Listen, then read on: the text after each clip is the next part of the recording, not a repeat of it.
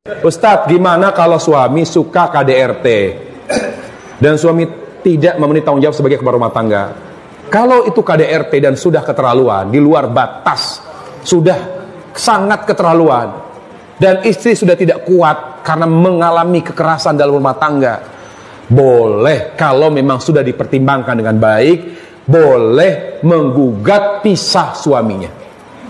Apalagi dia tidak bertanggung jawab, tidak mendidik, tidak memberi nafkah, maka sangat dianjurkan istri untuk menggugat suaminya apabila itu keputusan yang terbaik, apabila itu merupakan solusi yang tepat. Tapi sebelum itu, karena perceraian adalah solusi final, maka coba cari ada mediasi, ya, ada cara lain. Insya Allah masih ada cara lain, karena cerai itu sebetulnya memberikan efek yang tidak baik terutama kepada anak.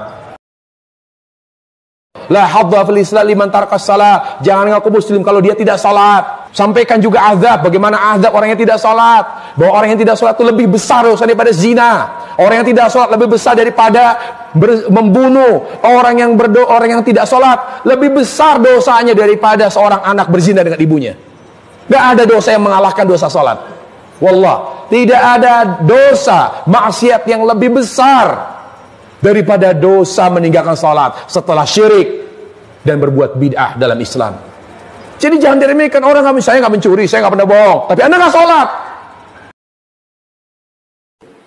Ada orang yang mengatakan kalau melewati sebuah kuburan dianjurkan berselawat agar orang yang ada di dalam kubur tidak disiksa, diazab. Benarkah anggapan seperti itu?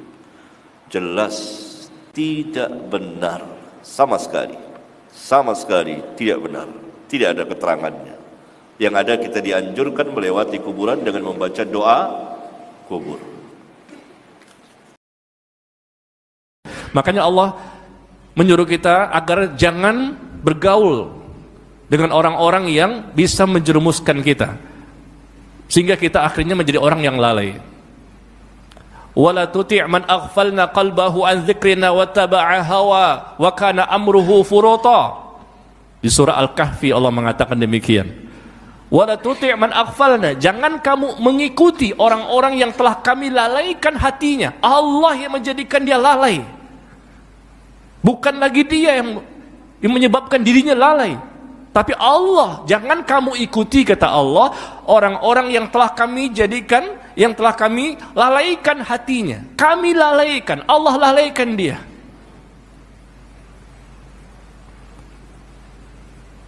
Melalaikan dari apa? Dari zikir, zikrina.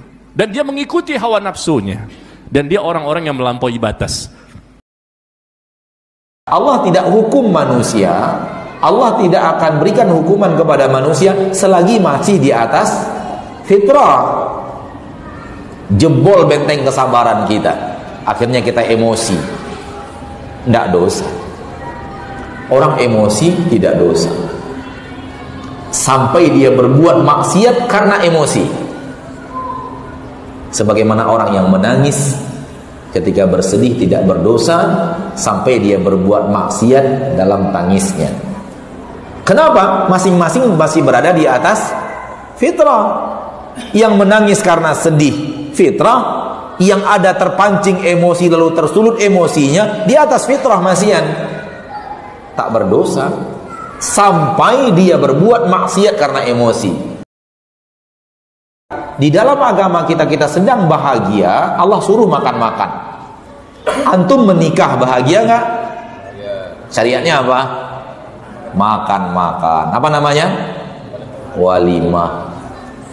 Antum sedang berhari raya, bahagia tidak? Makan-makan tidak?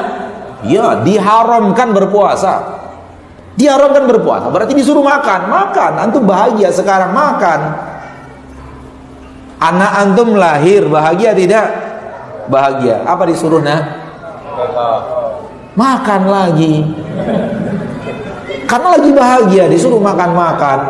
Ayah kita meninggal, makan-makan juga. Tak sesuai dengan fitrah. Karena makan itu bahagian daripada implementasi kebahagiaan. Apakah ada batasan atas kesabaran? Ada batasannya, sampai meninggal dunia. Sampai di situ batas sabar. Sampai akhirnya kita meninggal dunia, baru silahkan tidak sabar. Sabar nggak ada batasnya ya akhi? Tidak, enggak, salah. Sampai akhir hayat kita harus sabar. Nabi Muhammad menjalankan kesabaran sampai akhir hayat. Walaupun sudah menjadi penguasa, Nabi SAW ada juga orang yang menyakitinya, ada juga orang yang menudingnya yang tidak benar. Shalawatu Rabbi wa salamu alaih. Maka sabar itu dalam setiap apapun yang datang kepada kita. Jadi tidak ada takaran sabar. Oh sampai di sini, sampai level 15, 16 boleh nggak sabar? Nggak ada. Coba antum punya utang, ketemu orang tu bilang, kebetulan.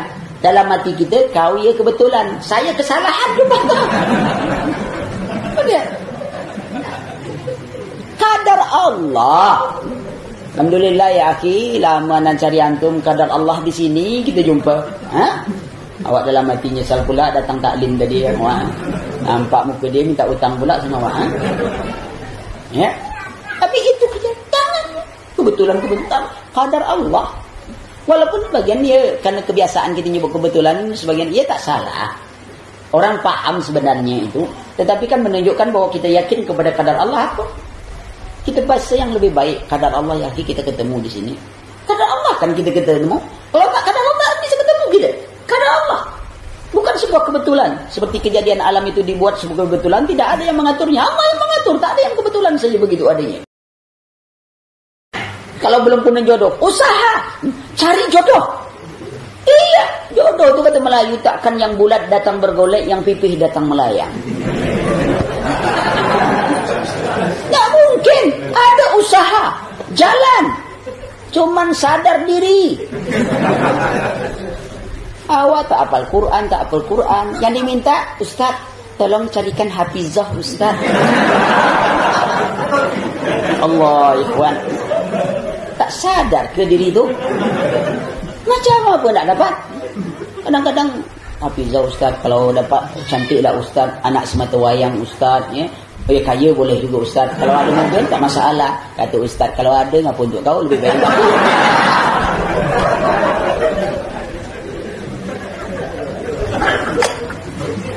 Usaha, tawakal.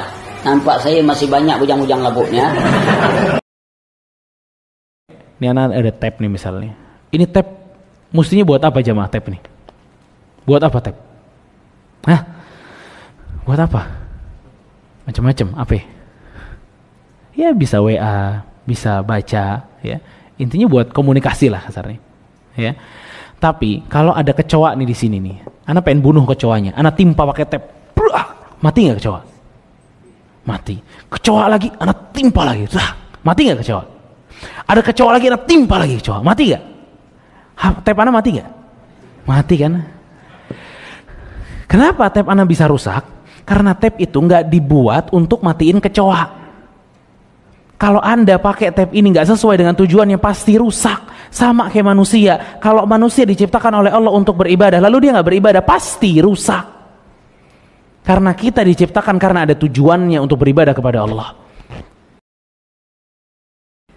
Tujuan Allah memerintahkan kita untuk ibadah. Untuk apa? Untuk diganjar oleh Allah Subhanahu wa taala. Untuk diberikan reward sama Allah Subhanahu wa taala.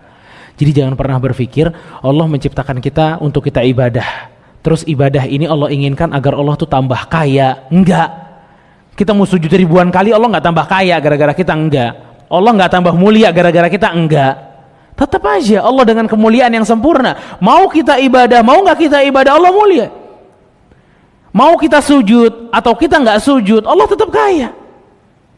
Mau kita puasa atau kita enggak puasa, Allah tetap maha indah jemaah. Jadi jangan pernah berpikir bahwa Allah tuh membutuhkan ibadahnya kita. Kalau ada orang yang rajin beribadah, rajin nuntut ilmu, akan tapi masih tetap melakukan maksiat, ya berarti masuk telinga kanan, keluar telinga kiri. Kajiannya belum manfaat, ilmunya yang dipelajari lewat doa nggak manfaat.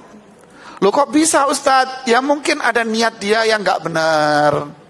Bukan tulus ingin belajar ilmu agama, bukan tulus belajarnya karena Allah, ingin mendapatkan pahala dari Allah, ingin dilindungi, dijaga oleh Allah, ingin mudah masuk surga. Tidak. Dia bukan belajar ilmu untuk diamalkan. Kenapa kok datang ke pengajian? Ya mungkin banyak ibu-ibu yang datang bisa kongko-kongko sama ibu-ibu, atau mungkin dia punya dagangan mukena sama jilbab sekalian. Enggak tulus ikhlasnya. Sehingga tuluskan ikhlas niat kita kepada Allah, mujahadah sungguh-sungguh untuk mengamalkan. Yang jelas Allah perintahkan i'malu fasayarallahu amalahum. Allah perintahkan kita beramal dan nanti Allah lihat amalnya. Ya, amal itu ada dua, ada amal saleh, ada amal toleh. Ada amal saleh, ada amal toleh. Amal saleh artinya apa? Amal yang diredoi dan dicintai oleh Allah Subhanahu wa taala. Ada syaratnya. Berapa syaratnya? Syaratnya cuma 2. Amal saleh itu syaratnya 2. Yang pertama apa? Ikhlas. Ya, apa ikhlas? Ikhlas itu artinya al-qasdul amal lillahi jalla wa ala. Amal yang kita kerjakan hanya untuk Allah Subhanahu wa taala. Yang kedua ittiba. Apa ittiba? Mengikuti Rasul sesuai dengan petunjuk Rasulullah sallallahu alaihi wasallam. Memegang sunnah itu, menjalani sunnah, mengamalkan sunnah, mendakwakan sunnah seperti apa kata Rasulullah? Megang bara api. Al-qabdu ala sunnati kal qabdi ala jamrah. Memegang sunnah seperti memegang bara api. Ujiannya banyak. Antum dicemooh, dihinakan, dipinggirkan, ya, dikata-katai, difitnah, dighibah. Itulah ujian, kesabaran. Kalau nggak ada ujiannya, ya tentunya bukan dakwah, sunnah. Ya, nyaman-nyaman aja, enak-enak aja, bukan dakwah aja sunnah. Orang ketika dakwah sunnah pasti ada ujiannya. Ketika kita mengamalkan sunnah, memegang sunnah pasti ada ujiannya. Adakah dari orang tua, dari saudara, dari anak, dari tetangga, dari sahabat, dari siapapun. Di sini dituntut sabar. Ya, berlapang dada. Tidak frontal, tidak dibahas dengan keburukan, kejelekan. Tunjukkan sikap-sikap yang mulia. Dalam beragama, kita harus senantiasa melihat bagaimana beragamanya Rasul. Dalam mengamalkan syariat, kita harus melihat bagaimana Rasul mengamalkan syariat tersebut. Yang boleh kita kerjakan, yang tidak boleh kita tinggalkan. Yang ia perintahkan kita jalankan, yang ia larang kita harus tinggalkan. Rasul mengatakan, man amila amalan laisa alaihi amruna fahuwa raddun. Dalam surah ada hadis sahih Imam Muslim. Barang siapa beramal, melakukan satu amal yang tidak ada perintahnya dariku, maka amalnya tertolak. Jadi kayak model peringatan kematian. Lihat Rasul melakukannya atau tidak. Sahabat melakukannya atau tidak. Jika tidak, jangan kita jalankan. Jangan kita amalkan. Karena yang namanya agama ini harus sesuai dengan petunjuk Allah dan Rasulullah sallallahu alaihi wasallam. Kemudian kata Rasul, Iqra' ma tayassara minal Qur'an, baca yang paling gampang dari Quran supaya nyambung. Jangan baca yang kita nggak paham. Karena kalau kita baca yang kita nggak paham, otak kemana, suara kemana. Orang kalau tahu Allahu Akbar, Allah Maha Besar, Allahu Akbar, Allah Akbar, ana shagir, Allah yang Maha Besar, aku kecil. Ayat dibacakan, Alhamdulillahi Rabbil Alamin. Ingat tafsirnya, segala puji milik Allah Rabbul Alamin, Rabb yang menciptakan alam ini, Rabba yarubu yang mencipta dengan proses. Aku cuma bagian dari alam. Ya Allah, segala puji milikmu, banyak yang tak ku minta kau beri. Udah gak sempat mikir yang lain. Tapi kata Rasul, ij'al solataka solatal muwaddi', ij'al solataka solatal muwaddi'. Jadikan solatmu solat perpisahan. Maksudnya apa? Ya, siapa yang jamin kita ketemu sholat yang akan datang gitulah. Jadikan sholatmu sholat perpisahan. Ij'al sholataka sholatal muwaddi'. Ini kita suruh bikin sholat kita sholat perpisahan supaya bisa tumak ninah. Makanya ulama sering mengatakan tumak ninah yang dimaksud tuh berkonsentrasi pada setiap perpindahan gerak.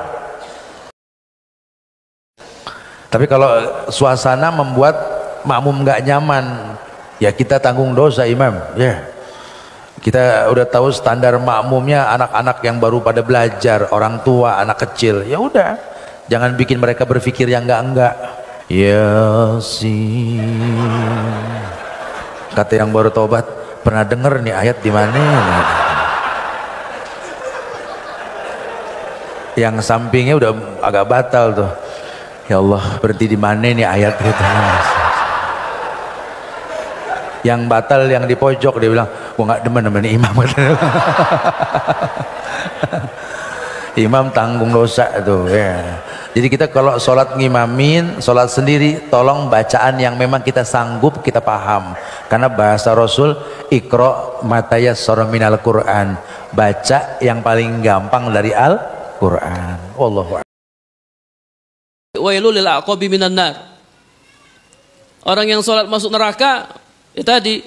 Kemudian juga orang yang lalai dari sholatnya. Siapa mereka? Alladzina hum an sholatihim sahun. Orang-orang yang lalai dari sholatnya. Ingat para jamaah, orang yang lalai dari sholat itu bukan orang nggak sholat. Dia sholat, cuman di luar waktunya. Sholat subuh jam 7. Ustadz, kan anak jamak Ustadz, jamak dengan duha. Ya nggak bisa. Sholat subuh kok dijamak dengan duha. Dia tidak mengerjakan sholat zuhur kecuali setelah masuk waktu asar. Tidak mengerjakan sholat asar kecuali setelah azan maghrib dan seterusnya. Ini orang yang lalai dari sholatnya. Nanti pada hari kiamat itu kan umat semuanya berkumpul, banyak sekali. Ada umatnya Nabi Musa, ada umatnya Nabi Nuh, ada umatnya Nabi Isa, banyak sekali. Terus para sahabat bertanya, ya Rasulullah, dari mana kau tahu umatmu? Cara kau mengenal umatmu bagaimana? Kan kita akan kumpul semua. Apa kata Rasulullah? Dari bekas wudu mereka. Karena anggota wudu itu akan bercahaya pada hari kiamat. Ini akan terang ini ya. Yang tiap hari kita basuh itu akan bercahaya pada hari kiamat. Kata Nabi, panjangkanlah cahaya kalian. Ya, panjangkanlah cahaya kalian. Dilebih-lebihkan. Itu nanti akan terang pada hari kiamat. Ini kalau rajin wudu. Kalau orang nggak pernah wudu gimana? Gelap dia. Ya, dulu ada sahabat, kalau tidak salah sahabat Hudzaifah, melihat seseorang yang sholat dengan tergesa-gesa, cepat-cepat, tidak tumak ninah. Kemudian sahabat Hudzaifah bertanya, "Udah berapa lama antum sholat seperti ini?" Kata dia, "Sudah 40 tahun. Sholatnya cepat-cepat kayak apa? Ayam matuk beras." Kata sahabat Hudzaifah, "Ketahuilah, sesungguhnya selama ini kau belum sholat." Bayangkan, selama ini kau belum sholat. Tumak ninah itu rukun sholat. Kalau ditinggalkan, batal sholatnya. Dan kalau kau mati dengan sholat seperti ini, maka kau mati dalam keadaan melakukan dosa besar. Nabi SAW melarang orang pakai cincin di mana? Wusta.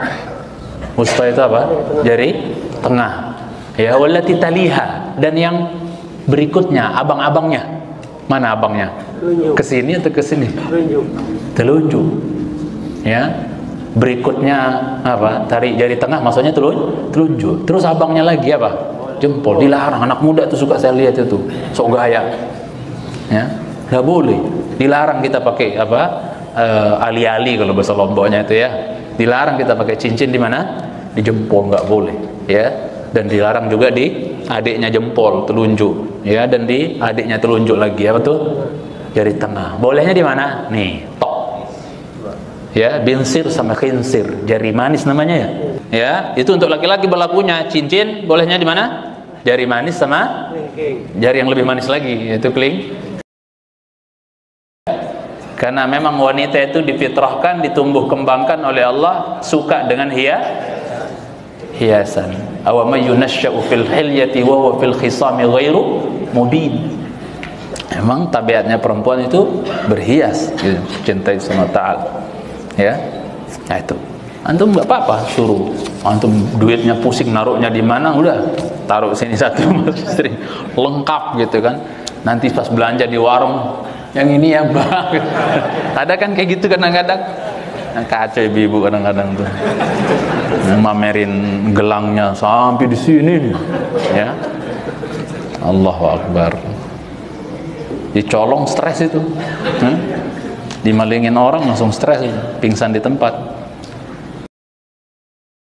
Mohon nasihat kami yang masih sujud dengan menempelkan kedua siku ke lantai. Tidak ada apa, dilarang, makruh, dimakruhkan oleh para ulama. Mas kalau dicintai. Masih ada emang yang kayak gitu. Itu ciri-ciri orang malas itu biasanya. Itu? Ya. Dan tidak ada beda antara laki dengan perempuan. Semuanya harus ngangkat. Mas kalau dicintai, diregangkan, ya, diregangkan. Bisa sejajar telinga, bisa sejajar apa? Bahu, posisi telapak tangannya maksudnya. Ya, jangan digelepekin kayak gitu. Binatang kan kalau istirahat menggelosor gitu kan. Jangan kita menyerupai binatang. Itu biasanya orang malas yang sholatnya sambil ngeleperin apa? Sikunya ngeleperin di lantai. Paham maksudnya? Ada nggak orang yang itu? Ada, kadang. Ya. Ya, itu di apa namanya, dimakruhkan oleh para ulama, dibenci. Ya, wallahu a'lam. Si istri pun harus tahu diri. Ini suaminya, kalau bahasa kasar, lakinya itu, kira-kira, ya. Suaminya itu anak si ibu. Itu suami dia. Yang kata Rasulullah, "Unzuri aina anti fihi." Perhatikan di mana posisi kamu dengan dia. Fa innahu jannatuki wa naruki. Dia itu adalah surgamu dan nerakamu. Dia itu anak si ibu. Laki-laki beda dengan perempuan. Perempuan kalau sudah menikah, maka surga dan nerakanya pindah ke suami. Tapi kalau anak laki-laki tidak, ikhwafiddin, mereka tetap punya tanggung jawab terhadap ibunya dan ayahnya. Ikhwafiddin. Jadi kita harus tahu. Terutama para istri harus tahu tentang masalah ini. Hijab itu adalah menutupi aurat, itu hijab. Ya. Sinfani min ahlin nar, dua penghuni neraka yang belum kulihat sekarang, kata Rasulullah SAW. Yang pertama, perempuan kasifatu ariyat, perempuan berpakaian telanjang, lenggak-lenggok di kepala mereka seperti punuk unta, seperti mengajak orang lain untuk melihat mereka. Dikatakan di sini berpakaian tapi telanjang. Apa diartikan berpakaian tapi telanjang? Berpakaian tapi seolah-olah lengkukan tubuhnya kelihatan seperti orang telanjang. Itu bukan jilbab namanya. Maka wajib bagi wanita itu berjilbab. Apakah kita betul-betul mengagungkan Allah? Apakah kita takut celaan, sindiran, anggapan manusia sehingga kita meninggalkan perintah Allah? Mana yang lebih kita takuti di hati kita, Allah atau manusia? Mana yang lebih akbar, lebih besar di hati kita? Allah atau manusia? Mana yang lebih besar di hati kita? Akhirat kita atau dunia kita? Buktikan dengan amal. Apakah jilbab panjang syar'i itu wajib? Ya akhwat, perhatikan. Allah berfirman di Quran surat Al-Ahzab 59. Kata Allah Subhanahu wa taala, "Yudnitna 'alaihinna jalabibihinna." Agar mereka menjulurkan jilbab mereka, menjulurkan bukan diikat. Apa arti jilbab? Ditafsirkan oleh para sahabat. Buka penafsiran Ibnu Katsir, buka penafsiran para sahabat. Mereka dahulu sampai mengambil kordeng-kordeng, mereka tutupkan dari kepala mereka sampai bawah kaki mereka. Kordeng mereka ambil. Mereka nggak punya ketika itu kain yang banyak, kecuali kordeng-kordeng yang nutupin rumah. Mereka ambil menutupi kepala mereka. Maka kata para sahabat, yang menutupi kepala sampai kaki itu jilbab. Jadi jilbab itu bukan hanya nutupin rambut dan leher. Orang hanya mengatakan jilbab itu nutupin kepala, salah. Ini dada harus ketutup, ini pinggul harus ketutup, ini badan ya menunjukkan paha harus ketutup. Itu orang berjilbab namanya. Itu yang syar'i. Membantu orang mendapatkan haknya dengan Anda orang terpengaruh di masyarakat, Anda orang dekat dengan penguasa misalnya, kemudian membantu seseorang agar mengambil haknya, maka ini Anda telah memberikan syafaat kepada orang itu.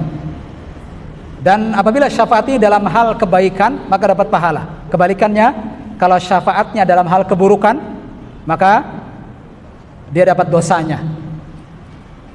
Man yashfa, sebagaimana firman Allah, man yashfa syafa'atan hasanatan yakul lahu nasibum minha. Barang siapa memberi syafaat yang baik, maka dia mendapatkan pahala darinya. Tadi memberi syafaat dalam arti membantu orang mengambil haknya, maka Anda dapat pahala. Tapi kalau membantu orang agar mengambil hak orang lain, maka dapat dosanya. Nah, wallahu a'lam bishawab. Tadi dikatakan bahwa yang dapat memberi syafaat adalah Allah. Pertanyaan, apakah kita bisa menjadi pemberi syafaat? Kita bisa menjadi pemberi syafaat di dunia. Kita bisa memberi syafaat di dunia. Memberi apa maksudnya Pak? Memberi pertolongan. Anda ketika membantu seseorang untuk mendapatkan haknya, Anda misalnya pengacara, Anda tahu hukum, kemudian Anda membantu seseorang yang terhalang dari mengambil haknya, Anda sebagai apa di sini? Pemberi syafaat. Dan tadi contoh yang saya sebutkan tadi di awal Pak, dosen saya tadi, bagaimana? Bukankah ini namanya memberi syafaat? Syafaat ada di dunia. Syafaat ada di dunia. Dan apabila syafaat itu bentuknya memberikan pertolongan kepada orang untuk mengambil haknya, maka ini boleh. Bahkan dia mendapatkan pahala. Bagaimana dengan yang katanya Al-Quran dan sedekah akan memberikan syafaat di alam kubur? Betul. Al-Quranul Karim disebutkan dalam sebuah hadis bahwa Nabi SAW bersabda, Iqra'ul Quran fa innahu ya'ti yaumal qiyamati syafi'an li ashabi. Bacalah Al-Quran, karena Al-Quran nanti akan datang memberi syafaat kepada orang yang membacanya. Tapi lagi tadi, kembali ke ketentuan tadi, syafaat itu tidak akan berlaku kecuali apa? Izin dari Allah terlebih dahulu. Kemudian yang kedua, Allah ridho kepada orang yang diberikan syafaat melalui Al-Quran itu. Yang ketiga, yang nanti Allah ridhoi adalah orang-orang yang bertauhid. Baca Al-Quran tapi melakukan kesyirikan, apa manfaatnya Pak? Dia baca Al-Quran tapi melakukan kesyirikan. Bagaimana? Al-Quran akan jadi pemberi syafaat baginya? Tidak. Ayat surat Al-Anfal 38, apakah itu berlaku untuk saya yang berhijrah dari jahiliyah kepada sunnah? Iya, berlaku. Dari kejahilan kepada ilmu. Setiap orang ya yang dia berpindah dari satu keadaan kepada keadaan yang lebih baik, ya, maka ini bagian dari makna hijrah atau hijrah secara maknawiyah. Maka seorang yang mudah-mudahan betul dia telah meninggalkan perbuatan-perbuatan yang tidak dicontohkan oleh Nabi SAW kepada ilmu, kepada sunnah, ini adalah suatu hijrah yang mulia, yang insya Allah Ta'ala kalau dia istiqamah, maka dia akan mendapatkan ganjaran yang besar di sisi Allah Subhanahu Wa Ta'ala. Wallahu a'lam. Nabi SAW suatu saat pernah waktu Mi'raj melihat beberapa peristiwa yang mengerikan. Beliau melihat ada orang yang kukunya amat sangat panjang, kemudian mencakar-cakarkan kuku panjang itu ke wajahnya dan ke dadanya, berlumuran darah. Sampai Nabi SAW mengeri melihatnya. Ketika ditanyakan kepada Jibril, beliau menjawab itu adalah orang-orang yang suka makan daging manusia. Artinya bukan dengan makna yang sebenarnya, kiasan. Ada yang suka menggibahi orang. Karena Allah dalam Al-Quran mengistilahkan gibah dengan memakan daging bangkai saudara yang sudah mati. Allah menyatakan, وَلَا يَغْتَبْ بَعْضُكُمْ بَعْضًا أَيُحِبُّ أَحَدُكُمْ أَيَّأْكُلَ لَحْمَ أَخِيهِ مَيْتًا فَكَرِهْتُمُوهُ. Ya, kata Allah, jangan sebagian kalian menggibahi sebagian yang lain. Suka enggak? Kalau kalian memakan daging bangkai saudara kalian yang sudah mati, pasti kalian tidak suka. Ya. Suatu saat Nabi SAW melewati dua kuburan. Beliau menyatakan bahwa innahuma la yu'adzaban. La yu'adzabana fil kabir. Bala innahuma fi kabir. Kata Nabi SAW, kedua penghuni kuburan sedang diazab. Mereka tidak diazab karena kesalahan yang mereka anggap besar. Padahal ya itu kesalahan besar. Yang pertama karena namimah, tukang ngadu domba. Bukan ngadu domba dalam makna hakiki domba diadu-adu, tapi maksudnya mengadu-ngadu orang, ya, menukil ucapan seorang ke orang lain dalam rangka merusak hubungan kedua orang. Itu namimah namanya. Dan yang kedua adalah orang yang tidak bersih-bersih setelah kencing. Itu penyebabnya, maka hindarkan. Amalan apa yang bisa menyelamatkan kita dari azab kubur? Ya, yang pertama, seluruh amal soleh yang Allah perintahkan bisa menyelamatkan kita dari azab kubur. Ya, laksanakan semua perintah Allah, baik yang fardu termasuk yang sunnah. Kedua, seluruh upaya menghindarkan apa yang Allah larang itu juga penyelamat dari alam kubur. Jauhi semua larangan Allah, laksanakan semua perintahnya, insya Allah tidak hanya selamat di dunia, di alam kubur, sampai ke akhirat nanti. Itu intinya, ya. Seperti juga orang baca Quran. Al-Quran untuk dibaca dipahami. Ini baca, habis selesai baca dicium. Untuk apa dicium? Untuk apa dicium? Enggak ada contoh dari Rasulullah, enggak ada contoh dari sahabat, enggak ada. Manfaatnya apa dicium? Cinta kita pada Al-Quran, pahami, amalkan. Afala yatadabbarunal Quran am ala qulubin aqfaluha. Apakah mereka tidak mentadaburkan isi Al-Quran, atau hati mereka digembok oleh Allah? Dikunci hati mereka, dibaca, difahami. Televisi yang umum bagaimana? Ya dialihkan kepada, kan ada radio Roja, ada TV Roja, ya antum dengarkan itu manfaat insyaallah. Itu antum kasih tahu anak-anak itu, dengarkan yang bermanfaat. Ini TV yang ada ini mudarat, karena isinya semuanya adalah maksiat. Semua isinya adalah maksiat. Maka kita jangan masuk ke tempat itu, karena nanti kebenaran dicampur dengan apa? Dengan kebatilan.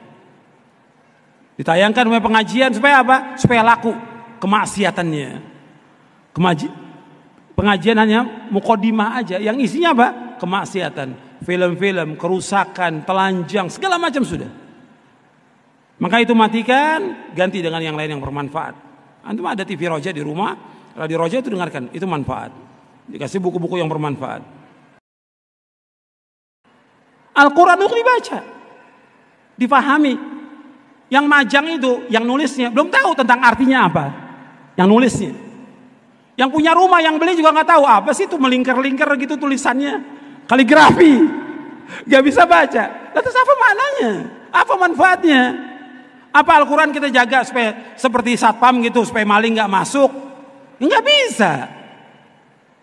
Bahwa setan akan lari rumah kita dengan apa? Dibacakan surah Al-Baqarah, dibaca bukan dipajang, dibaca.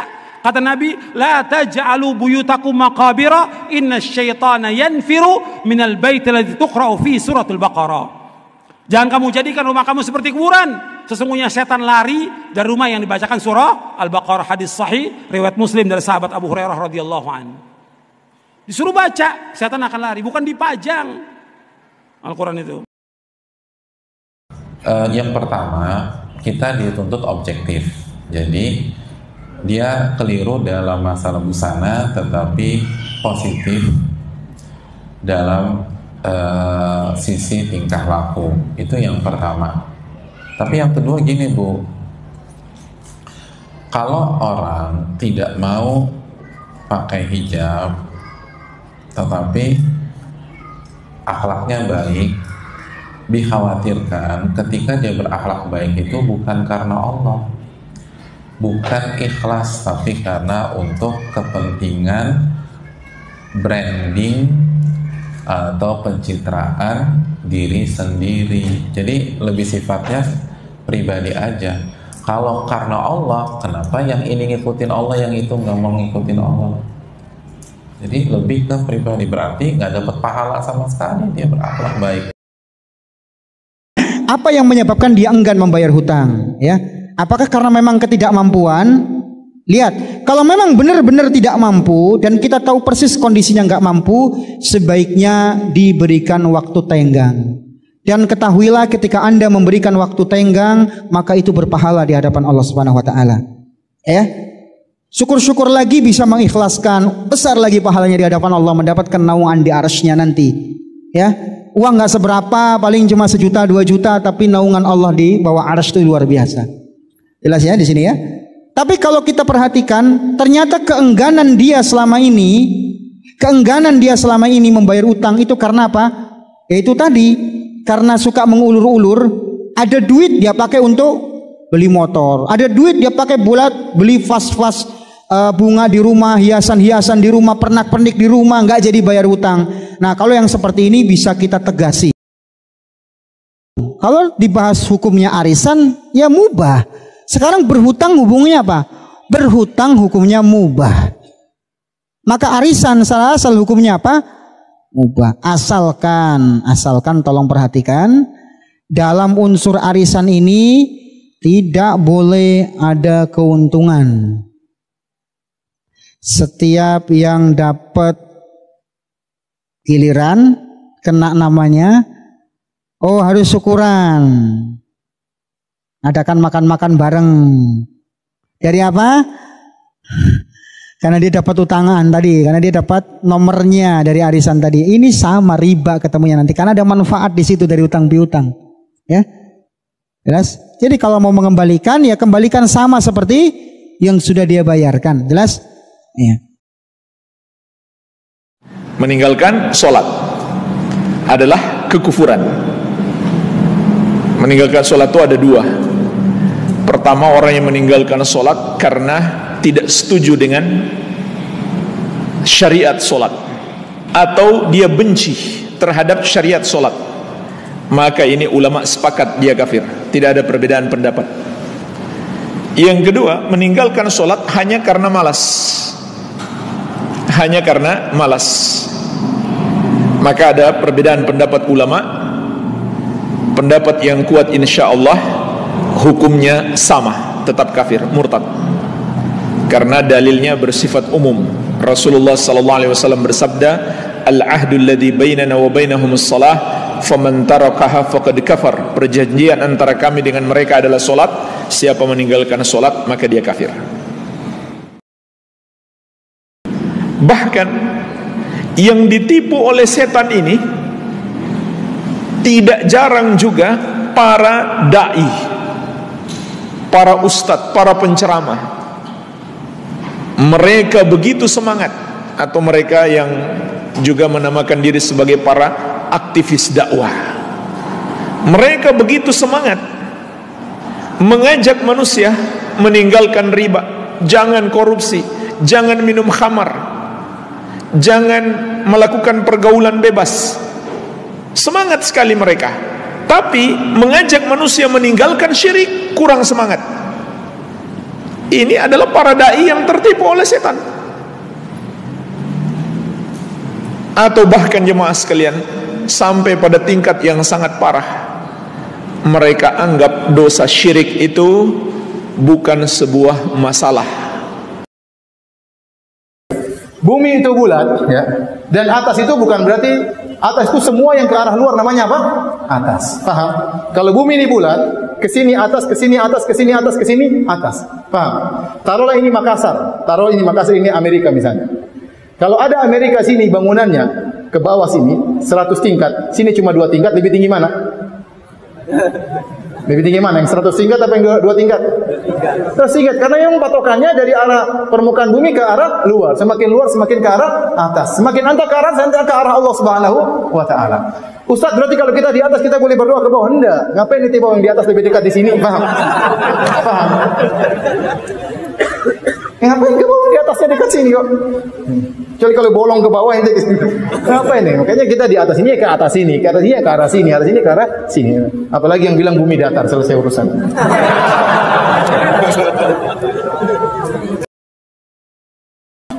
Kalau kita tahu ada dai yang menyuruh kepada bertentangan dengan dakwah salaf, jangan diundang. Kita amanah di sisi Allah Subhanahu wa taala. Para asatidzah, para ulama mereka nulis buku untuk mengkokohkan akidah salaf bagi umat. Kalau kita tahu ada orang suka mencela akidah salaf, ya, kemudian suka menuduh salaf yang tidak, jangan diundang. Mau diundang gimana? Ente nebarin syubhat. Tanggung jawab di hadapan Allah besar, tanggung jawab di hadapan Allah besar. Ya. Itu nggak benar seperti itu. Tolong dinasihati, jangan seperti itu. Ya. Nah, kalau orang tersebut tidak memerangi akidah salaf, ya tidak jadi masalah. Tapi kalau jelas dia mencela akidah salaf, kemudian menentang akidah salaf, maka jangan diundang. Anda pernah dengar pengikut mereka berkata, tidak perlulah kita memperdebatkan masalah Allah di mana. Karena ini tidak pernah dibahas di zaman Rasulullah. Gimana tidak pernah dibahas? Ini ribuan dalil tadi tidak dibahas. Ini ribuan dalil mau dikemanakan? Turun dari langit, malaikat naik ke atas, semua itu bukan pembahasan. Terus para ulama yang nulis semuanya tidak penting, itu sendiri ijma tadi tulis buku tebal-tebal semuanya tidak tahu pentingnya masalah ini.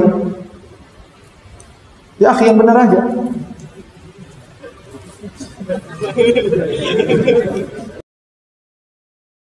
Afuwun yuhibbu man ya'fu anhum. Allah itu memiliki nama Afuwun. Afuwun, dia mencintai hamba-hamba yang mudah memaafkan orang lain. Ma zadallahu abdan bi'afwin illa izzan. Itu sabda Rasulullah SAW dalam hadis riwayat Imam Muslim. Tidaklah Allah menambah bagi seorang hamba dengan pemaafannya kecuali Allah semakin tambahkan kemuliaannya. Sifat pemaaf dicintai oleh Allah. Maka Allah mencintai hamba-hamba yang pemaaf. Dan seorang mukmin yang kuat lebih dicintai oleh Allah daripada mukmin yang lemah. Menunjukkan Allah mencintai hamba-hamba yang kuat, yakni kuat imannya, kuat tekadnya menundukkan hawa nafsunya, kuat dalam menghadapi cobaan-cobaan dalam hidup dengan kesabaran yang dicintai oleh Allah. Itu maksudnya kuat. Sittirun yuhibbu man yasturu ala ibadihi. Allah itu memiliki nama As-Sittir. Sittir artinya maha menutupi. Ini termasuk dari hal-hal yang berhubungan dengan pengampunan. Kita punya dosa supaya nanti tidak ditampakkan lagi pada hari kiamat di hadapan makhluk, dan Allah tentu maha mengetahuinya. Maka Allah Subhanahu wa ta'ala dengan sifat as-satr, maha menutupinya, dosa-dosa kita itu ditutupi sehingga seperti tidak ada lagi. Ya, hanya Allah perlihatkan kepada kita, tapi Allah tutupi, tidak ditampakkan kepada makhluk-makhluk yang lain agar kita terhindar dari rasa malu karena terbongkarnya kesalahan-kesalahan kita. Ini makna as-sittir. Allah Subhanahu wa ta'ala maha menutupi kesalahan hamba-hambanya. Di antara sesuatu yang Nabi cintai dari urusan dunia dua.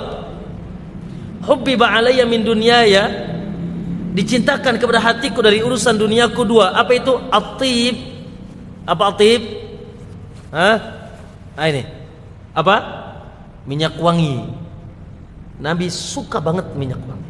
Yang kedua an-nisa, awewe. Wanita.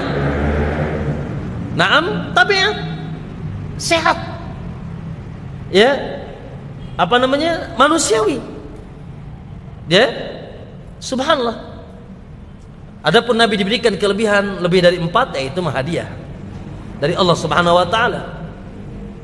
Ya, dan Nabi SAW menikah pun ya banyak tujuan-tujuan yang lain. Makanya yang dinikahi dari, maaf dalam tanda kutip, bikr, perawan oleh Nabi hanya 1. Sisanya janda-janda. Bila tidak, ya, bila tidak menimbulkan fitnah, boleh seseorang menawarkan dirinya, seorang wanita menawarkan dirinya kepada seorang laki-laki. Ya, apakah antum siap menikah? Siap, oke, sampai situ saja. Setelah itu hubungkan dengan orang tuanya. Tidak, bukan kita yang interaksi. Hubungkan dengan orang tuanya. Ya, nanti orang tuanya yang berinteraksi dengan kita dan kita berinteraksi dengan orang tuanya. Ya, ketika ada seseorang yang siap menikah. Sehingga di sini lihat, di sini kata mu'alif, wala ba'sa bi an yu'ridul insan, tidak apa-apa seseorang menawarkan ibnatahu, putrinya, ukhtinya, saudarinya, ala ahlil khair, kepada orang yang baik. Ya, cara untuk mendapatkan calon suami, calon istri, yang pasti maaf tidak ada istilah pacaran dalam agama kita.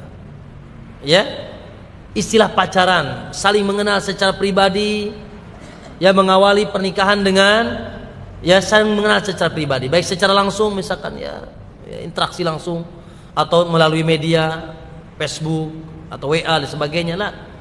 Ya, maka kita bisa mencari mungkin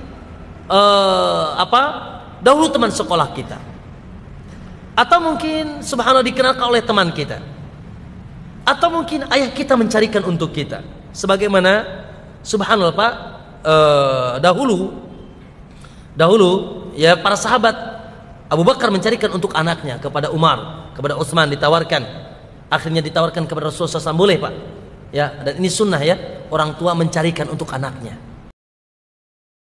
Keutamaan qabliyah subuh yang Nabi katakan lebih baik dari dunia dan seisinya, apakah yang dikerjakan di rumah atau di masjid? Jawabannya adalah hadis itu bersifat umum, tidak ditentukan tempatnya. Jadi secara umum sama, 2 rakaat qabliyah subuh yang dikerjakan seorang hamba dapat seperti yang disebutkan di hadis, lebih baik dari dunia dan seisinya, menunjukkan pahala yang sangat besar. Akan bertambah besar lagi jika pelaksanaannya dia kerjakan di rumah. Jadi kalau ditanya mana yang lebih besar pahalanya, pada asalnya lebih besar pahalanya adalah yang dikerjakan di rumah, selama tidak mengakibatkan dia terlambat di masjid. Perkara apa yang paling banyak memasukkan manusia itu ke dalam surga?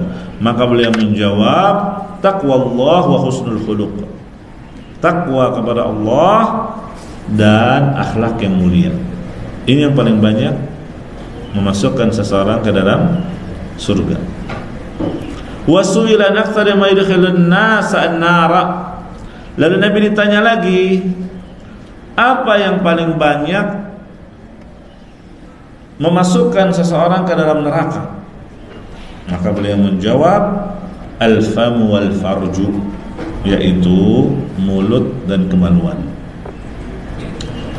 Hadis riwayat Tirmidzi dan dihasankan oleh Syekh Al-Albani rahimahullahu taala.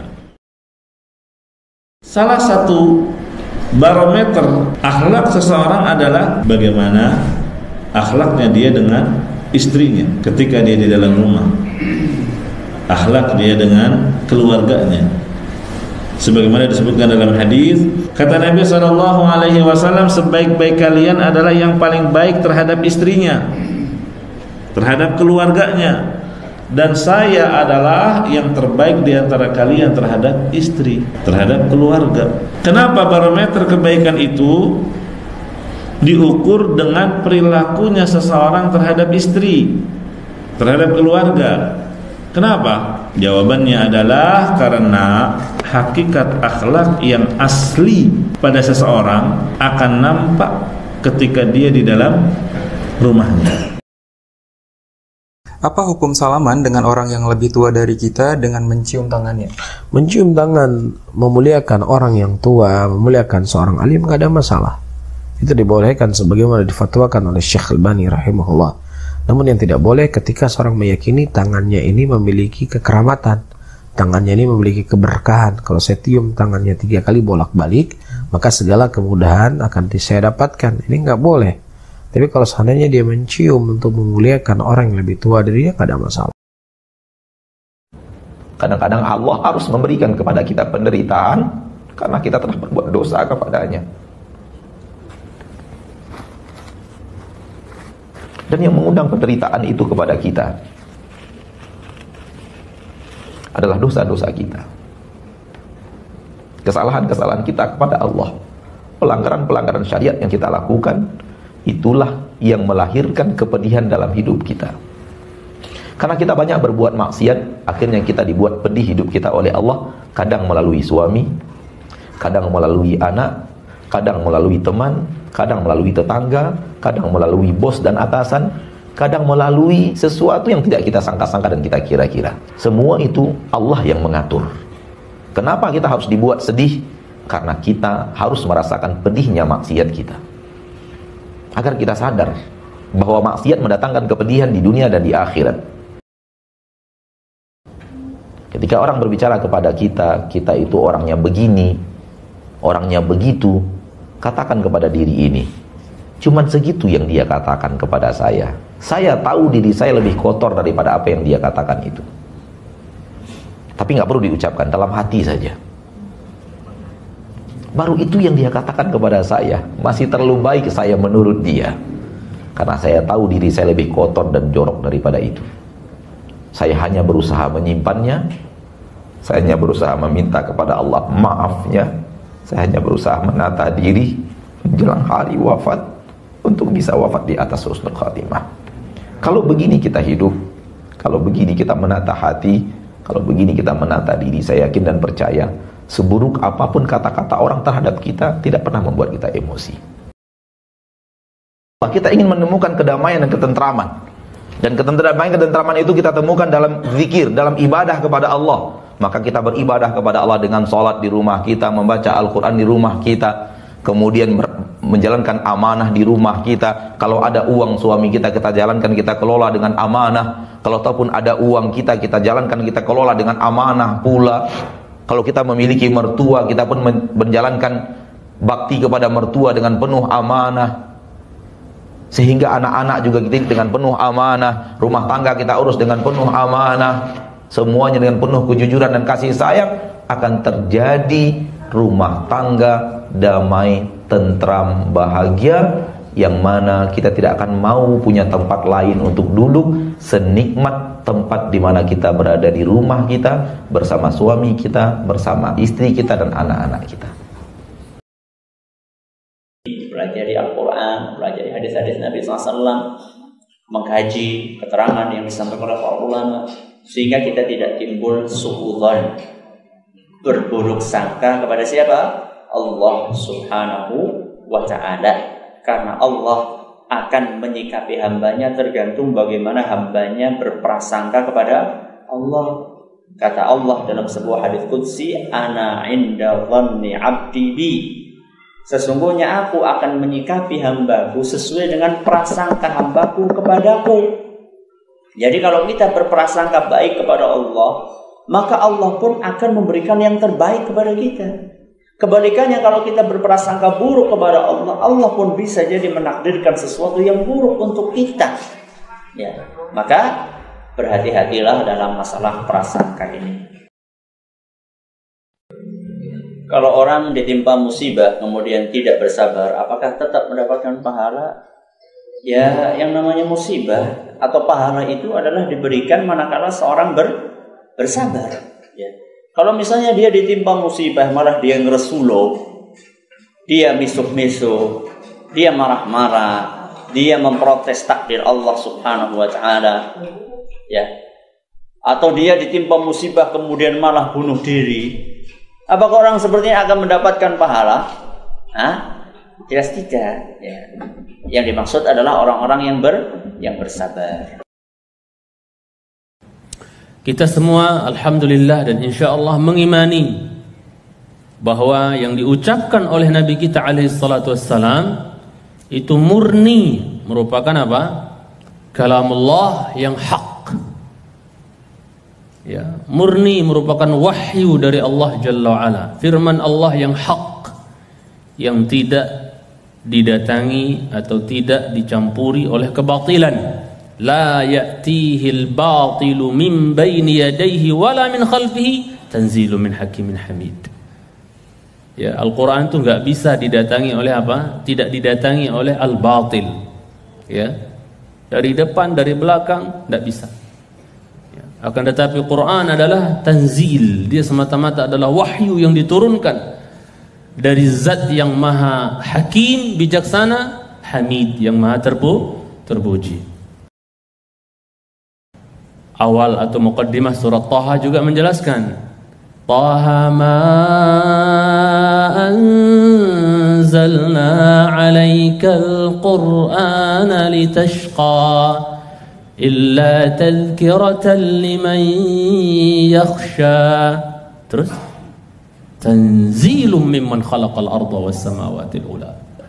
Bahwasanya Al-Qur'an itu adalah tanzil, wahyu yang turun, ya, dari zat yang khalaqal arda was samawati al-ula, dari zat yang telah menciptakan bumi dan menciptakan apa? As-samawati al-ula, langit-langit yang tinggi. Itu keyakinan kita, itu akidah kita. Ya. Para ulama akidah menukilkan, menjelaskan bahwa Al-Qur'anu kalamullah ghairu makhluk, minhu bada wa ilaihi ya'ud. Itu akidah kita tentang Quran. Jangankan dosa, Pak, kebanyakan makan, matiin hati enggak, kata Ibnu Qayyim. Fudulul kalam, ngomong manfaat enggak, ngomong aja. Fudulul kalam bisa mematikan hati lo jemaah. Padahal sudah ada tuntunan. Man kana yu'minu billahi wal yawmil akhir falyaqul khairan aw liyasmut. Siapa yang beriman kepada Allah dan hari akhir, ngomong yang baik, kalau enggak diam. Berarti kalau ngomong berlebihan padahal enggak manfaat, ya, hanya candaan, bisa mati enggak hati itu? Bisa sakit enggak hati itu? Bisa, bukan kata saya. Ibnu Qayyim rahimahullah taala yang katakan seperti itu. Jamaah sekalian cintai. Yang ketiga adalah fudul mukhalatatil anam, yaitu apa? Kebanyakan berlebihan bergaul sama manusia, enggak peduli. Mau baik mau enggak baik, udah temenin semuanya. Itu bisa matikan hati juga jemaah. Apalagi yang dia temenin itu ahlul ngurumpi wal jamaah atau ahlu gosip wal udahlah, hati-hati, hatinya bisa mati jemaah sekalian cintai. Apakah menggantungkan tulisan Arab indah kaligrafi nama Allah di dinding rumah itu juga jimat? Bagaimana hukumnya dan apa lebih baik diturunkan saja walau ada anggota keluarga melarang? Pertama, tulisan-tulisan seperti Allah, Muhammad, saya tidak menganggap bahwa itu mereka meletakkannya karena itu jimat, tapi hanya sebatas hiasan. Kalau itu yang terjadi, saya pernah membaca fatwa Syekh bin Baz rahimahullah taala, hendaklah kalimat lafaz jalalah Allah posisinya lebih tinggi dari kalimat Muhammad Rasulullah. Jadi taruh di atas, kemudian Rasulullah, ya, jangan digandeng. Wallahu a'lam. Ketika kita mengetahui ternyata praktek ibadah kita itu selama ini salah dan keliru, apa yang harus kita lakukan? Yang pertama, setelah kita mengetahui bahwa kita salah, maka tentunya kita merubah pola praktek ibadah yang selama ini kita lakukan menuju pola praktek ibadah yang benar, sambil mohon ampun kepada Allah Subhanahu wa taala, bertaubat agar Allah tetap menerima ibadah kita yang sudah dilakukan di masa-masa yang lalu. Kita tetap berdoa supaya ibadah kita diterima walaupun kita sadari kesalahannya baru sekarang, padahal itu sudah bertahun-tahun. Karena sesuatu yang tidak kita ketahui karena kejahilan, Allah Maha memaafkan hal itu. Kemudian apakah ibadah tersebut diulang lagi? Jawabannya tidak, ya, tidak diulang. Karena masalah qadha, mengulang suatu ibadah, ini butuh dalil khusus. Apalagi kalau ibadahnya sudah dilakukan bertahun-tahun yang lalu. Kita hanya bertaubat, minta ampun sama Allah, sambil berdoa agar ibadah yang sudah kita lakukan di masa-masa yang lalu dan ada kesalahan diampuni oleh Allah SWT dan diterima di sisi. Ya, yang sekarang alhamdulillah sebagian orang sudah mencetuskan parenting nabawi misalkan. Boleh kita pelajari, tapi sekedar untuk mengetahui, bukan mengalahkan ilmu yang wajib seperti tauhid, tata cara ibadah, sholat, dan wudhu. Ya, boleh sekedar kita ketahui saja. Ya, jangan 100% pengajaran parenting dari barat kita terima, teori-teorinya terima, harusnya begini ya. Tidak boleh marah sama sekali sama anak. Jangan main pukul sama anak. Ini dari mana? Rasulullah yang menyuruh mukul kalau anak gak mau sholat, ya kan? Jadi diimbangi dengan ilmu Islam. Betul nggak teori nggak boleh mukul anak karena nanti kejiwaannya begini. Lah itu Rasul. Perintahkan anak kalian sholat ketika 7 tahun, pukullah kalau 10 tahun tidak mau sholat. Nabi yang bilang, kita mau percaya Nabi apa teori parenting? Kan seperti itu. Jadi Anda harus bijaksana dalam mempelajari ilmu parenting ini. Yang diajarkan oleh Islam kita terima. Karena tidak ada pendidik yang paling sukses di permukaan bumi ini kecuali Nabi kita yang mulia sallallahu alaihi wasallam. Ya. Jadi kalau kita ingin menjadi orang yang tetap istiqomah di atas kebaikan, ikhlas. Berusaha ikhlas dalam beramal. Karena semua kebaikan itu datang dari Allah. Wa ma bikum min ni'matin faminallah. Tidak ada satupun nikmat, tidak ada satupun kebaikan yang kita rasakan, yang kita amalkan, yang kita lakukan, yang ada dalam kehidupan kita, melainkan berkat rahmat Allah. Dan Allah Subhanahu wa ta'ala hanya meminta kita satu hal, ikhlas.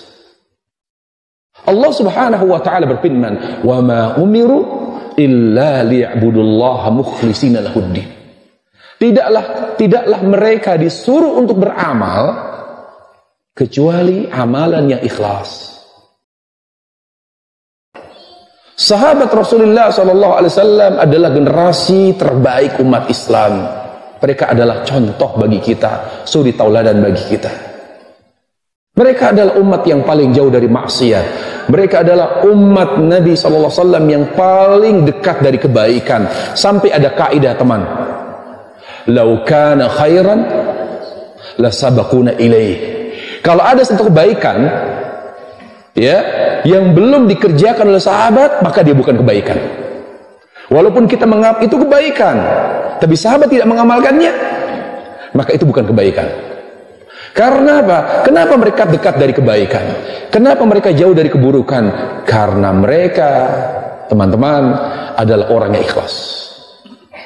Tahukah Anda para jemaah? Yang membuat kita ikhlas mengamalkan sunnah Rasul.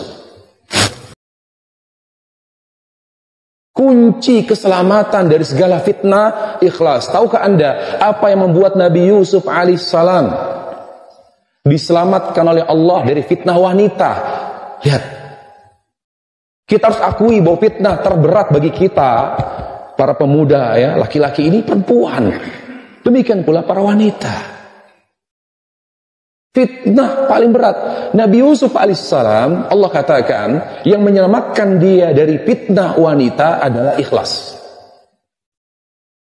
Salah satu rukun syukur ikhlas. Allah katakan, "Kadzalika linasrifa anhu as-su'u wal fahsya, innahu min ibadinal mukhlasin." Demikianlah kami palingkan ia dari perbuatan yang buruk dan keji, yaitu zina. Kenapa Allah jaga Nabi Yusuf dari zina? Karena ia termasuk hamba kami yang ikhlas. Ketika sedang bekerja jangan ambil, karena itu hak yang kita tanda tangani, yang disebut oleh Nabi SAW, al-mu'min ala syuruti, orang beriman itu sesuai dengan syaratnya. Nah, kecuali kalau ada jam istirahat, itu yang kita manfaatkan untuk beribadah, maka tidak ada masalah. Adapun jam kerja jangan. Kenapa? Kita sudah akad. Ya, dan Allah Azza wa Jalla perintahkan, ya ayyuhalladzina amanu aufu bil uqud, hai orang-orang beriman, tepati akad dan janji yang sudah kalian tegakkan. Ustaz, bagaimana hukum menggugurkan kandungan usia janin di bawah 2 bulan dengan alasan anak yang sudah ada belum 2 tahun, kemudian kehidupan saat itu masih sangat sulit, dan alasan utama saat itu belum mengerti hukum-hukum syariat, alias kami berdua masih jahil. Oh, jadi itu sudah dilakukan tapi dulu saat masih belum tahu hukumnya. Bertaubat kepada Allah Subhanahu wa ta'ala. Dan jangan merasa satu kali taubat beres. Belum tentu taubat kita diterima, maka pastikan bertaubat dengan taubat yang nasuha. Kemudian iringi perbuatan itu dengan perbuatan salih lain yang akan menghapusnya. Ya, dosa apapun yang sudah berlalu karena kita dahulu belum tahu, semoga Allah mengampuninya, tapi kita harus bertaubat kepada Allah dan menutupi perbuatan dosa tersebut dengan kesalihan lain yang akan menutup. Ada pertanyaan dari pemirsa Ahsan TV dari Batu Licin, Kalimantan Selatan, atas nama Ahmad Fauzan. Bolehkah seorang muslim membunuh seorang dukun? Baru tadi dijawab. Ya, dukun, tukang sihir, peramal yang melakukan perbuatan-perbuatan kesyirikan. Tidak boleh kita asal membunuh. Sekali lagi, tidak boleh asal bunuh. Kalaupun di dalam Islam ada hukum untuk boleh dibunuh, entah qisas, ya. Ustaz, bapak saya dibunuh, maka saya balas bunuh bapaknya dia. Bukan sembarangan seperti itu, nanti jadinya hukum rimba. Islam tidak mengajarkan keruwetan seperti itu, tidak. Semuanya diatur dengan disiplin. Serahkan kepada pemerintah kaum muslimin, maka ketika mereka menetapkan, itulah yang menjadi keputusannya. Wallahu a'lam. Nabi Muhammad sallallahu alaihi wasallam telah menginformasikan bahwa tidaklah bertambah waktu, melainkan waktu yang datang itu akan lebih buruk dan rusak keadaannya, syarrun min qabliha, dibandingkan dengan waktu yang sebelumnya. Bertambah masa, bertambah tahun, bertambah zaman, pasti yang setelahnya, yang sesudahnya, keadaannya akan lebih rusak, lebih buruk. Ini kata Nabi Muhammad sallallahu alaihi wasallam. Sehingga kalau seperti itu keadaannya, berarti orang-orangnya pun ya kurang lebih sama dengan keadaan zaman. Dan sekarang kita hidup di tahun 1441 Hijriah kurang lebih. 14 abad sudah tertinggal kita dari masa Rasulullah dan para sahabatnya radhiyallahu taala anhum. Mustahil kalau kita menginginkan surga, tetapi yang dijadikan idola adalah orang-orang kekinian. Apalagi kita hidup di negeri plus 62. Dikit-dikit yang diikuti yang viral, yang diikuti yang followernya banyak. Sesesat apapun dan seaneh apapun dilihat, diikuti, digemari. Na'udzubillah. Jangan mengikuti orang-orang kekinian. Kenapa? Karena keselamatan itu ada dengan mengikuti salaf. Salaf artinya para pendahulu kita. As-salafus salih, para pendahulu kita yang saleh. Siapa mereka? Para pendahulu kita yang saleh, 3 generasi terbaik umat yang kita sebutkan tadi. Dan kehancuran itu ada, kata para ulama, ketika kita mengikuti khalaf. Siapa khalaf?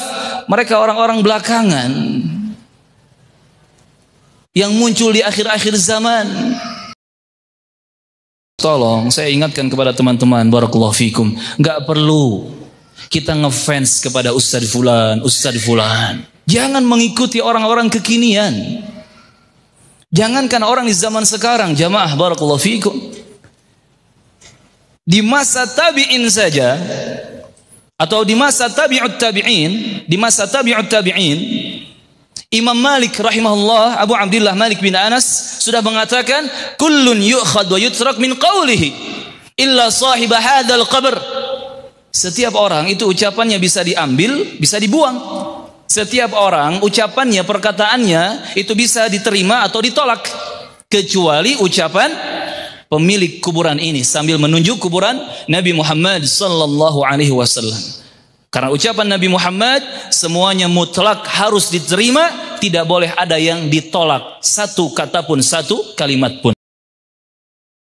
Mestinya menjadikan kita semangat untuk tetap di belakang para sahabat, mengikuti jejak-jejak mereka, sebagaimana yang dikatakan Ibnu Mas'ud radhiyallahu ta'ala yang dia juga seorang sahabat. Beliau mengatakan, man kana mustannan falyastanna biman qad mat. Siapa yang pengen ngambil contoh, maka contohlah orang yang telah wafat. Fa innal hayya la yu'man lahul fitnah. Karena orang yang hidup itu masih bisa kena fitnah. Adapun orang yang telah wafat, mereka selesai fitnahnya. Fa ulaika ashabu Muhammad sallallahu alaihi wasallam, dan mereka adalah sahabatnya Muhammad sallallahu alaihi wasallam. Abarru quluban, hatinya paling baik, ilmunya paling dalam, kekhusyuannya paling tinggi.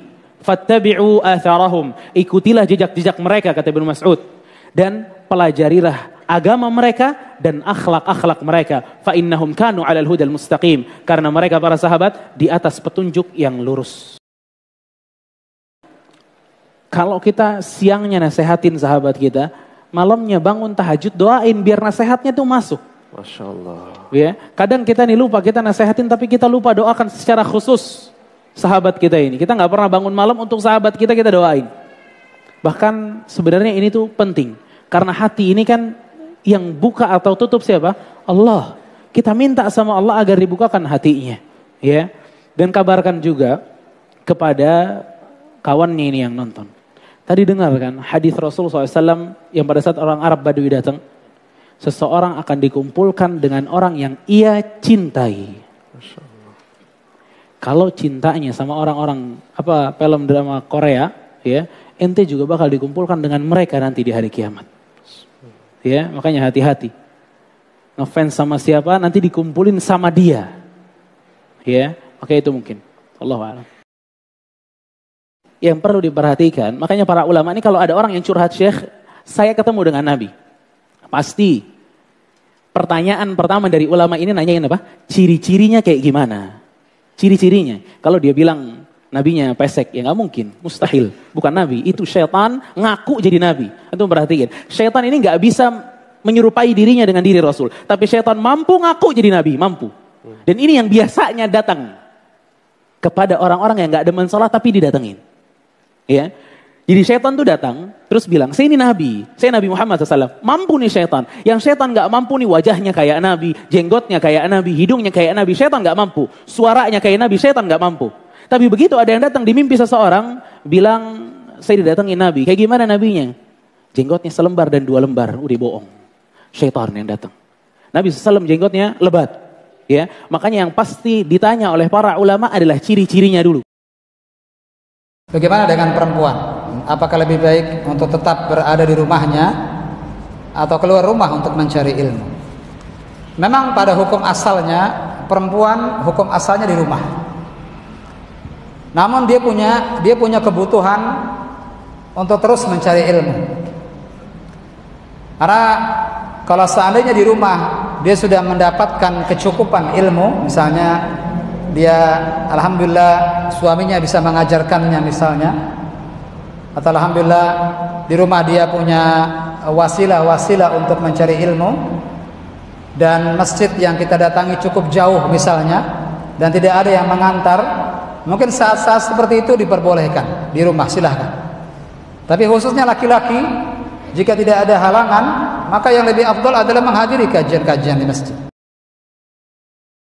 Yang kenyataannya subhanallah, yang ke negeri-negeri kafir, mereka paling tidak kagum dengan apa yang ada pada diri mereka, dan kekaguman terhadap orang kafir bagian dari kekalahan kaum muslimin, bagian dari kekalahan umat Islam.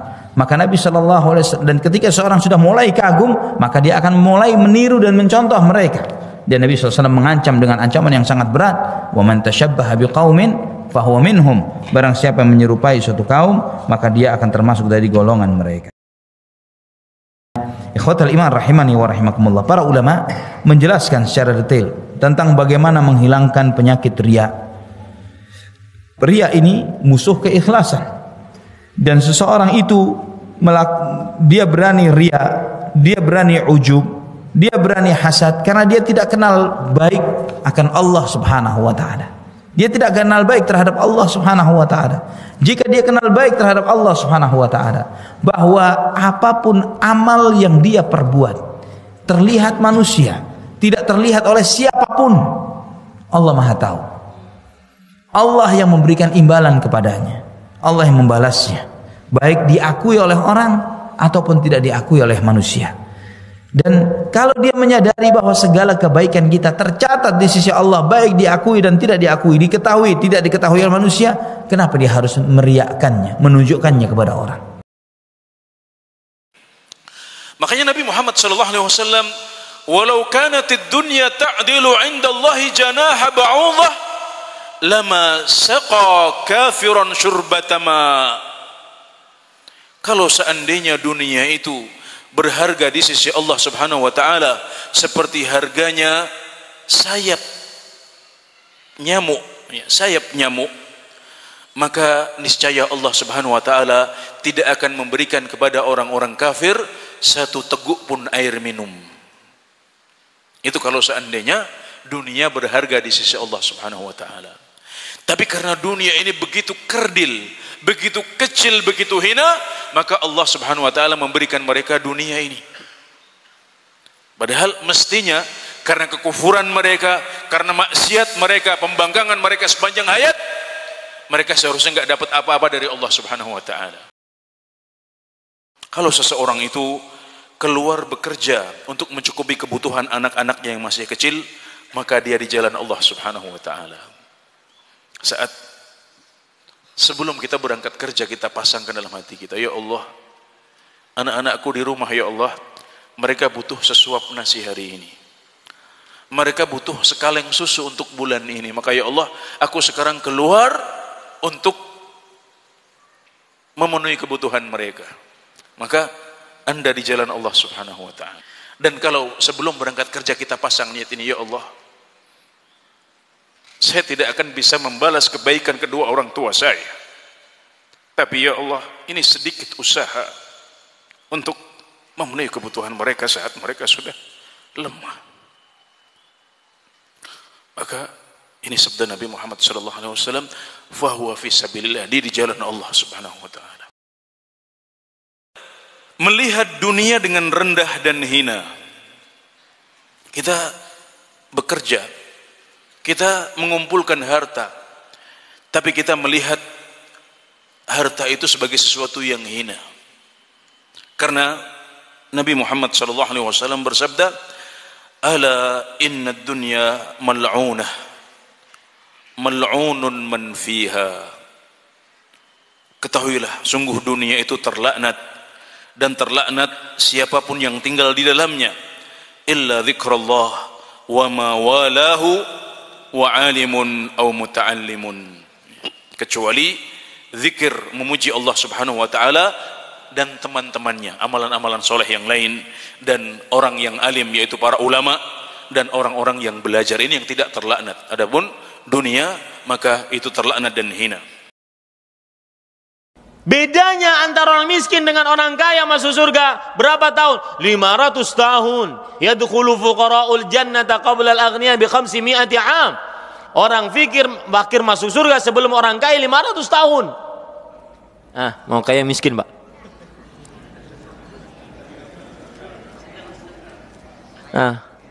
Pak, mau kaya miskin? Kaya masuk surga.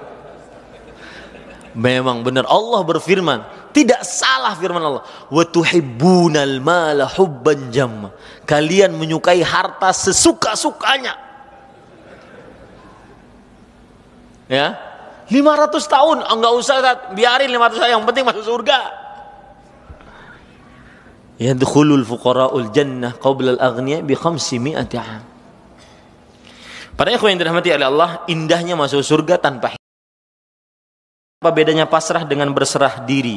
Berserah diri ini kepada Allah Subhanahu wa taala. Ya. Kalau seandainya berserah diri adalah seseorang menyerahkan takdirnya kepada Allah sambil berusaha, maka ini tidak mengapa. Tetapi pasrah lebih condong kepada tidak usaha, itu yang keliru. Ya, adapun berserah diri, istislam di beberapa sisi dia baik. Kenapa berserah diri itu inti Islam? Ya, ini kira-kira yang bisa sampaikan. Habis, alhamdulillah. Ketika antum menghutangi, pahalanya setengah sedekah setiap harinya tuh. Misalnya antum bilang, nih saya hutangi kamu, bayar 3 bulan ya. Selama 3 bulan tuh setiap harinya pahalanya setengahnya sedekah. Ketika pas hari temponya jatuh, ternyata dia nggak bisa bayar, kita bilang, ya udah, saya tangguhkan lagi untuk 3 bulan yang akan datang. Maka kata Rasulullah apa? Maka setiap harinya ditulis sebagai satu sama dengan satu sedekah. Setelah 3 bulan jatuh tempo, ternyata apa? Antum menangguhkan lagi sampai 3 bulan yang akan datang. Kata Rasulullah, maka setiap harinya ditulis dengan 2 kali sedekah.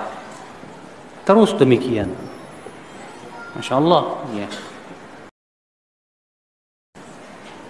Ustaz, benarkah sikap ana yang menagih hutang kepada teman ana yang berjanji akan membayar hutangnya tanggal sekian, kemudian jatuh tempo tidak ada kabarnya, kemudian ana menasihati dia, kalau misalnya belum bisa bayar ada omongannya tidak diam saja, benar enggak? nggak apa-apa. Ya, antum hanya mengingatkan saja. Kalau memang kamu nggak bisa bayar, tolonglah setidaknya ada omongan ke saya. Insya Allah saya maafkan kamu, saya akan tangguhkan lagi hutangnya kok. Iya, itu bagus. Karena kalau antum tangguhkan hutang, berarti antum dapat pahala sama dengan sedekah.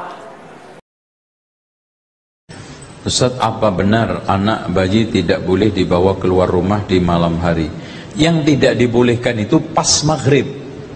Bahkan kita suruh masuk rumah kerangkul, karena pada saat itu jin keluar, syaitan keluar. Makanya Rasulullah SAW mengatakan hatta tadhabu fahmatul asya, sampai hilang mega kemerah-merahan. Kalau sudah itu hilang, maka silakan. Adakah doa khusus yang diajarkan Rasulullah saat sedang marah pada suami istri? A'udzubillah. Pernah ada orang yang marah-marahan bersaudara. Ini 2 orang bersaudara. Sampai mau konsultasi datang ke Rasulullah itu balik lagi, Pak. Pergi. Akhirnya Rasulullah mengatakan, ya, sungguh inni la'alamu kalimatan law qalaha la dhahaba anhu mayajid. Sungguh aku tahu satu kalimat kalau dia baca maka akan hilang dari perasaan dia, yaitu a'udzubillahi minasyaitonir rajim. Nah, hanya Rasul dan para sahabat yang selamat masuk surga, semuanya masuk neraka kecuali yang ikut Rasul dan para sahabat. Kan begitu, enak kan? Nah, mari kita belajar mengikuti Rasul dan para sahabat, bukan klaim, bukan menyatakan dirinya pasti masuk. Mari kita belajar. Mari kita belajar agar kita juga sama dengan Rasul dan para sahabat, dijamin surga. Maka mari kita ikuti agamanya Rasul dan para sahabat. Yang Rasul dan para sahabat tidak lakukan, jangan kita lakukan. Rasul dan para sahabat mau makan, mau minum, mau wudu, baca bismillah apa bismillahirrahmanirrahim. Nah, ini bagian. Jangan anggap kecil sepele. Rasul dan para sahabat baca bismillah tanpa lafaz ar-Rahman ar-Rahim, kita ikuti bismillah. Mau makan bismillah, mau minum bismillah, mau wudu bismillah, tanpa ar-Rahman, tanpa ar-Rahim. Kenapa? Karena Rasul dan para sahabat mencontohkan seperti itu. Ya. Bagaimana ketika kita bermakmum dengan imam yang kunut subuh? Tentu kita harus tetap berdiri. Jangan mentang-mentang bid'ah lalu kita langsung sujud. Nggak boleh, ya. Kita tunggu. Ya, lah kan bid'ah, kenapa ditunggu? Udah langsung sujud saja, nggak boleh. Nggak boleh, ya. Kita harus adil. Kita harus dengan fikih yang benar. Berdiri. Tapi jangan ikut-ikutan berbuat bid'ah. Kalau ikut ngangkat tangan, ya ikut berbuat bid'ah. Nah, ini seperti tadi. Lah kan itu pendapatnya Imam Ahmad, kan itu anak ulama. Ya, pendapatnya Syekh Albani gimana? Apa Syekh Albani bukan ulama? Apa Sufyan Ats-Tsauri, Sufyan bin Uyainah bukan ulama? Apa Hasan Al-Basri bukan ulama? Ya. Kan beda. Nah, kita pilih yang Sufyan bin Uyainah, Sufyan Ats-Tsauri tidak mengangkat tangan. Karena memang bid'ah, masuk bid'ah diikuti.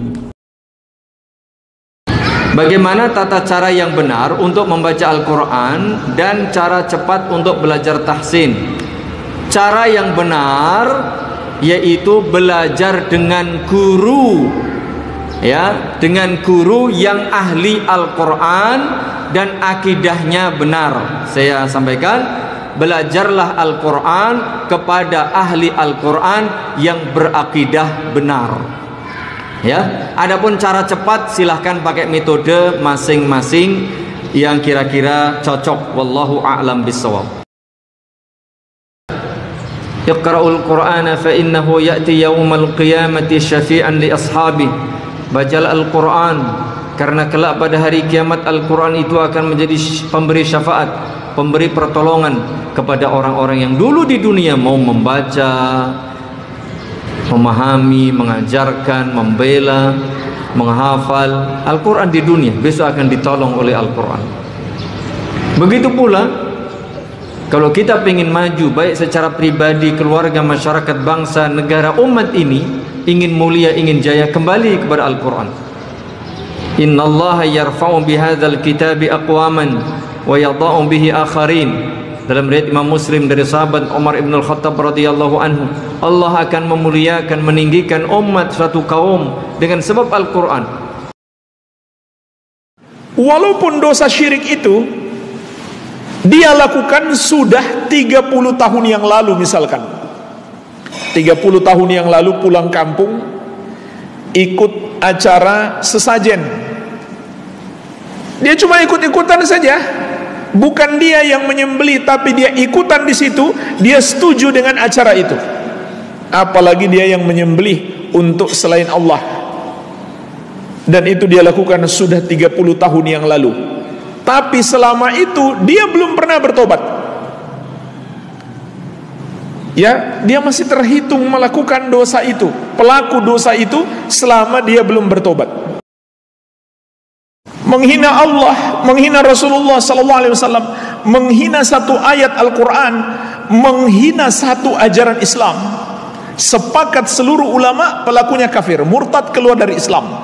Walaupun dia bukan musyrik, walaupun dia tidak pernah menyembah kepada selain Allah, walaupun dia tidak mengakui peribadahan kepada selain Allah, dia tidak menduakan Allah, tapi dia menghina Allah atau menghina Rasulullah SAW, atau menghina satu ayat Al-Quran atau satu hadis Nabi SAW, atau menghina satu ajaran Islam, maka dia kafir, murtad, keluar dari Islam berdasarkan kesepakatan ulama. Tidak ada perbedaan pendapat.